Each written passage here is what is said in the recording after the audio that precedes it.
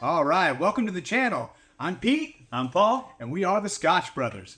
And I'm excited for this episode, dude. Today we are reviewing the Castle's Curse by Orphan Barrel. Yes, 13-year-old. Yes. Now, normally we want to be able to do a bottle crack, an actual seal crack on this, and we did buy a couple bottles that would be doing that, but we kind of been hitting this a little bit. So we tend to get overly excited, but we get new Scotch, so we're just like, let's just taste it.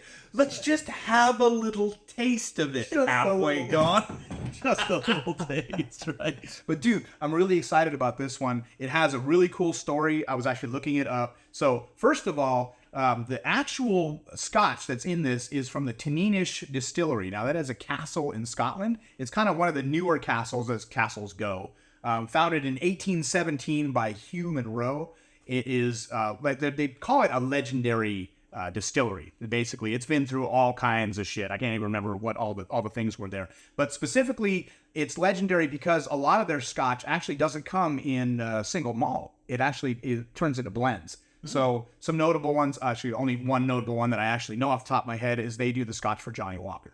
So Johnny Walker being the most widely sold Scotch in the world. Yes. So obviously Teaninich is pretty dope because of that. That's but really cool. The cool thing about it is that Orphan Barrel. So what they do now, that's an American distillery, and what they do is they actually go out and look for Scotch barrels that have kind of been forgotten in distilleries. And so they'll find like barrels that really haven't gone into any blends or whatever, and they'll buy them. Sometimes they're really old. Sometimes they're just, they've been aged like weirdly and with different flavors and stuff like that. And they'll basically bottle those under, a different label for themselves. So these are limited runs they're doing. These are super limited runs. So if you can get your hands on an Orphan Barrel, you might want to buy one for drinking and one for saving because, especially if it turns out to be something great, it could be a collector's item. Good luck with that. One's for showing, one's for blowing.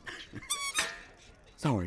As you see how well it's going for us here. We got this in Costco, and it was $99, and it was on sale from $179. So they have a screaming deal on this right now at Costco. So if you got a Costco close to you, you want to go check this out. It's $80 off, which is really good. Yeah, exactly. So before we get into this, I just want to talk a little bit more about the story behind this. So Castle's Curse, basically, obviously we know it comes from the Teaninich Distillery, which is on the estate, the Teaninich estate. Now the distillery isn't actually in the castle, but it's on the estate of the castle. But Castle's Curse is kind of what they did on that one. But the curse side of it actually comes from the little horse on here, and that's basically from Scottish folklore. So the Kelpie. That's it. Kelpie. I wanted to say Kelvie for some reason. Yes. So the Kelpie is basically a horse that would appear on the side of a riverbank, like a loch or a river or something like that. And, a weary traveler or a young kid or whatever would come up and try to ride the horse. Some poor fool would try to ride this beautiful horse or whatever. And all of a sudden the skin would become adhesive and the horse would ride the person into the water and take him down and then devour him, and then so... That's kind of brutal, to be honest. Brutal, I mean, that's a way to scare the crap out of somebody. You see any horse next to a stream, you're like, stay in the hell away from that. I'm running, right? I'm running. Beautiful that horse looks. But actually, the Kelpie, yeah. The Kelpies could also be human, right? Yeah, it can be a human. It could either be a beautiful woman to lure men or a handsome man to lure women, right? Yeah, so that was the kind of thing there. Anyways, all right, enough lores and stories. I think we should actually pour this. Let's do it, man. Right on. Let's do it. So we're gonna try it neat first. Yes. And I've never tried the Scotch before. No, never tried this one. All right, this is gonna be a treat. I'll try it neat, and then we'll try it.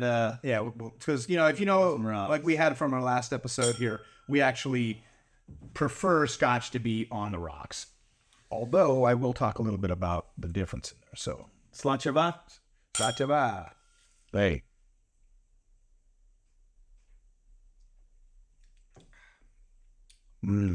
That's good. There's so many flavors in there. There is. No peatiness at all. No, none. Not. Lots of fruits. Mm-hmm. Lots of fruits. Yeah.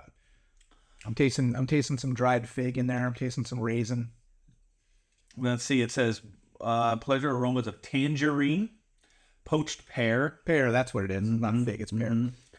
Sweet confectionery, dried herbs or herbs. Herbs. Poetic texture alludes to vanilla, red apple, and mint. I'm definitely tasting the vanilla and the red apple for sure.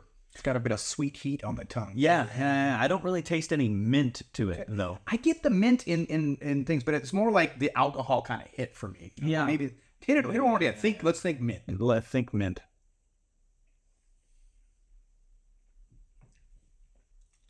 Yeah. It's there. It's kind of a cool texture. I don't know. Yeah. Maybe I'm. No. I get it. All right, it's there, but you got to think about it. I think it's one of those things that's it's so subtle that if you're not actually thinking about the mint, you're gonna miss it because it's very, very fruit forward with this. That's kind of what you say when you taste wines, but you can definitely taste the pear, you can definitely taste the vanilla in this for sure, and the apple, which is really, really cool. Yeah, it is super nice. I like this. Yeah, definitely digging it. So, I mean, definitely Orphan Barrel has become one of my favorite distilling companies now just because of their cool lore that they have with every one of their bottles. Mostly, they do like bourbons and ryes, though. American bourbons and ryes. They actually don't do a lot of scotch. This is only the second scotch they've ever produced, and the first one was 26 years old. I can't remember the name of it. Foragers something. Foragers something. Yeah. Not Curse, but Foragers. And it was... I looked it up. There's not very many bottles left, and it's between $404 and $450 for a bottle. So, well, we won't be reviewing that anytime. Hey, not right away. We would get our hands on it a little bit later. We'll look at that. Maybe if you and 990 of your friends subscribe, Yeah, we'll go ahead and we'll start monetizing the channel, then we'll figure this out.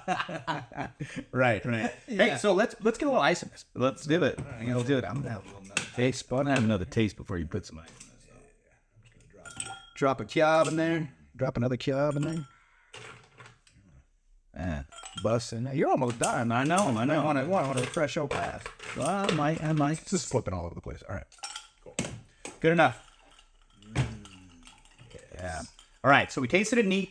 It was definitely Fantastic. Yeah, it was fantastic. Had a nice heat to it, but this is when, what we talked about before, when scotch hits water or ice, it definitely opens up some of the flavors. And it gets even sweeter, which is interesting because this is already pretty sweet right off the bat. I mean, we definitely have some heat, what we call rasp, a little bit of burn, but it's nothing harsh. It doesn't feel harsh at all. No, it's just hot. Yeah, that's all. It's got a like I say, a heat. Yeah, and yeah. But when this bruises, it's going to be really good. Here we go. Let's check this out. Oh, dude. So much better flavor. Yeah, so the heat has subdued a lot. Even the mint kind of subdued a little. It's still a little bit there, but whatever. But now it's just like those fruit flavors just come super forward. It just sweetens right up. A little bit of wood, a little woodiness, but not much though. A little oaky.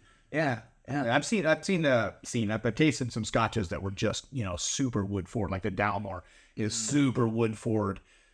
This I'm super enjoying this. I'm really sad that this bottle is going so fast right now.